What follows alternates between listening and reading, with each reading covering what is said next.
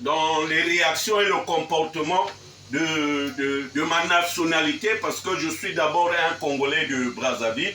Et nous, de ce côté-là, on n'arrive pas souvent à résister. Hein? Nous, on est facilement, on peut lâcher.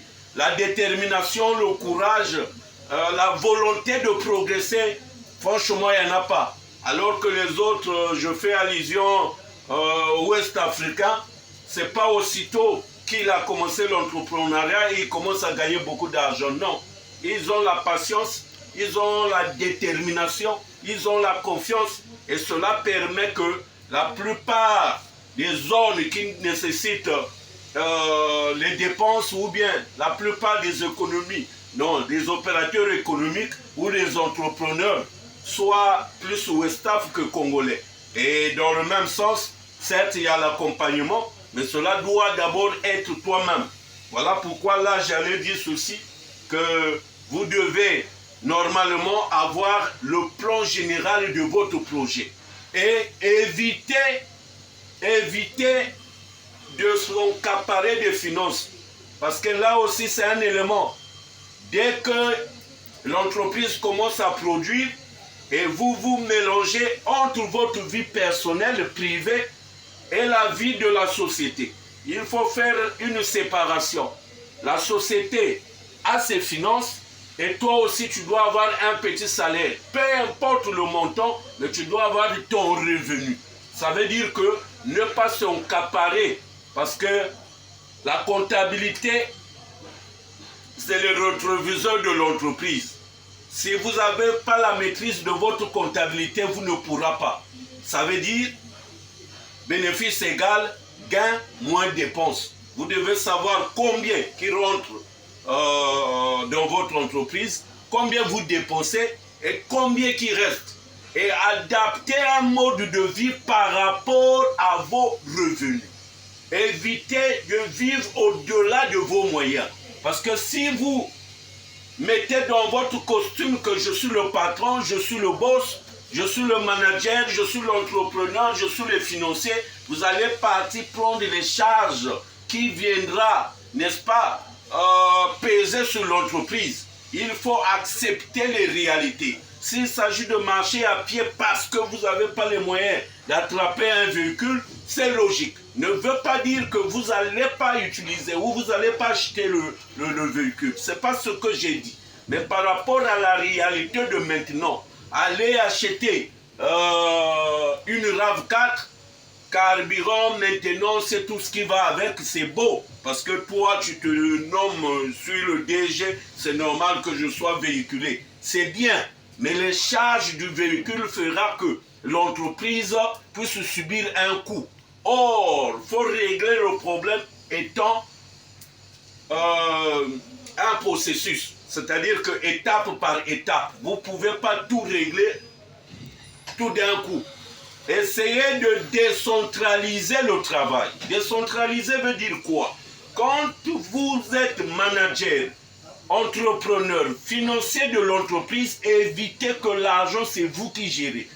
Je dis ceci, vous-même le caissier, vous-même le financier, tous les dépenses passent par vous, ça ne marchera pas. Il faut créer un contrepoids, c'est-à-dire avoir quelqu'un de confiance que vous allez léguer, n'est-ce pas? Je ne suis pas comptable, je n'ai pas les compétences dans la comptabilité, mais je ne peux pas admettre que parce que je suis entrepreneur, je suis manager de GSM Industrie, je suis le financier, que tout l'argent rentre par moi et c'est à moi d'établir les reçus et tout ce qui va avec. Non, en ce moment-là, ça ne marchera pas parce que je n'aurai pas la maîtrise réelle, exacte des finances. C'est pour cela que chez nous, étant une structure organisée, on décentralise le pouvoir. C'est-à-dire que le financier, il gère ses finances et il te rend compte. Je n'ai pas dit avoir quelqu'un de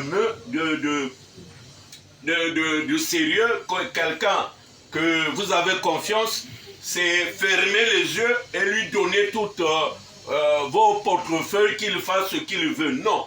Mais ici, je voudrais dire, quand il y a quelqu'un qui contrôle tes dépenses, ça permettra de mettre l'équilibre de votre entreprise. Ça permettra que tu ne puisses plus dépenser comme si tu étais seul. je saurai que tout ce que je dois dépenser dans le cadre des fonds de l'entreprise doivent être justifiés. Ça veut dire que tu as un petit montant pour ta vie privée, c'est ce montant qu'on peut accepter les dépenses passives. Est-ce que vous comprenez? Et dans le même sens, ça veut dire qu'il y a les dépenses passives et les dépenses actives. Et l'entreprise, le revenu de l'entreprise, c'est pour les dépenses actives. Parce qu'un pauvre, ce n'est pas seulement celui qui n'a rien entre ses mains. Non, le pauvre, c'est celui qui peut encaisser ou toucher 200 000 francs de salaire, mais 30 jours après, il a besoin d'un 50 000. Ça veut dire quoi? Qu'il est en train de vivre au-delà de ses moyens. Ça veut dire même si vous le payez 200 000, mais il a besoin de 50 000. Chaque jour, il ne peut que travailler pour l'argent. Et l'argent ne pourra pas travailler pour lui. Pourquoi? Parce qu'il n'a pas le sens, n'est-ce pas, d'épargne et de l'économie. Il doit savoir faire la part des choses. Que si moi je gagne 200 000, je dois vivre 120 000 ou 150 000, les 50 000 je mets de côté. 50 000 regroupés, c'est ça qui permettra que vous puissiez entreprendre et monter un projet. Parce que l'objectif d'un entrepreneur, ce n'est pas qu'il continue à travailler, non. Son objectif, c'est monter les projets qui peuvent générer de l'argent. Et une fois l'argent est généré, ça veut dire qu'il doit atteindre un niveau que c'est l'argent qui travaille pour lui. Et non lui qui travaille pour l'argent. Parce que la vie n'est pas seulement travail, nous avons aussi la vie qui permettra que tu vis tranquillement, sans difficulté, sans souffrance. Pourquoi? Parce que tu as préparé, n'est-ce pas, surtout nous en Afrique, nous avons des situations de retraite et tout ce qui va avec. Mais or, quand tu es en train d'entreprendre, tu es libre, ou tu peux investir dans les business comme l'immobilier. Ça permettra que, même si tu es vieux, tu as mis du temps, tu as pris de l'âge, mais l'immobilier ne fera que te rembourser ton argent et payer aussi les cotisations. Je parle par là les études des enfants, la santé et tout ce qui va avec. Voilà la raison qui montre que entreprendre, c'est une bonne chose. C'est même le domaine auquel que le jeune Africain doit s'inspirer. Parce que travailler pour quelqu'un, il est trop difficile que tu sois riche. Forcément, on va te payer, mais toutes tes charges sont canalisées par le net à payer. Or, quand tu entreprends, ça te donne de l'équilibre. Mais non, loin de moi, l'idée de vous démontrer que c'est tellement facile. Loin de moi, l'idée de démontrer que parce que je suis arrivé à mon stade, que tout était rose. Non, vous allez croiser les difficultés. Et ce n'est pas facile. Je ne conseille pas les gens de laisser leur travail pour aller entreprendre. Ce n'est pas l'équation. Ce n'est pas la formule. On travaille, on économise, le montant épargné, c'est ce montant qu'il faut entreprendre. Et une fois vous avez senti que la somme épargnée peut répondre à votre projet, vous lancez le projet, le bénéfice du projet, vous allez comparer avec votre masse salariale pendant que vous êtes en train de travailler, vous regardez que oui, mon bénéfice là peut être égal à mon net à payer. Hop, en ce moment-là, tu fixes maintenant le regard vers ton entreprise. Mais laisser le travail pour vouloir aller entreprendre, ce n'est pas chose facile. Et entreprendre aussi en Afrique, nous avons beaucoup de contraintes dans ces matières de réflexion. Et nous avons besoin aussi, ça ce côté-là, nous bloque. On travaille en solo. On n'est pas dans, comment on appelle ça, on ne travaille pas en communauté, comme font les autres. Les Ouest-Africains sont beaucoup plus avancés dans ce domaine. Mais nous sommes limités, chacun les égaux. Chacun veut démontrer qu'il est grand. Alors les grandes sociétés, que vous écoutez Total, Eni, Saipem, et les autres, mais ce sont des groupes, ils travaillent en groupe. Et les freelanders et tout ce que vous connaissez, ils travaillent en groupe. Or, chez nous, GSM, ils travaillent seuls. Et tu cherches les partenaires ne pourra pas par rapport à ton niveau. Alors non, les grandes sociétés devaient soutenir les petites sociétés afin de lui donner au moins un ballon d'oxygène. Ça permettra que l'entreprise qui était petite et moyenne entreprise puisse croître en performance. Et ça nous manque. Et par là, j'allais conseiller les entrepreneurs africains, bien sûr, d'être libéral, certes, de collaborer avec les autres et qui permettra qu'on puisse partager les compétences.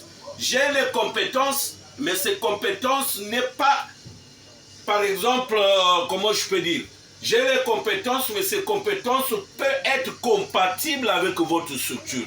D'où vous avez la structure, ça vous manque les compétences, on peut collaborer ensemble, on partage les expériences et on peut arriver à un niveau supérieur. Donc voilà pourquoi je demande franchement à nos amis qui sont sur YouTube, qui nous suivent, les abonnés bien sûr, de liker la vidéo, c'est très important, de partager la vidéo, ça aussi c'est bien, et de commenter dessus. Nous avons besoin de vos commentaires. Ne gardez pas ça pour vous. C'est très important parce que beaucoup veulent aussi entreprendre comme moi. Mais il faut qu'on puisse les motiver, montrer les failles et les avantages, c'est-à-dire les inconvénients et les avantages de l'entrepreneuriat. Si sur ce domaine, on n'arrive pas à enseigner les autres, à motiver, mais nous allons rester là que travailler pour les Occidentaux, se soumettre à un système. Alors, Dieu nous a donné toutes les potentialités, toute l'intelligence, comment je peux dire, de vendre, n'est-ce pas, ou de surmonter, ou de transmettre, ou de tracter, ou de dégager l'énergie positive, afin qu'aussi nous les Africains, nous soyons capables, bien sûr, d'entreprendre.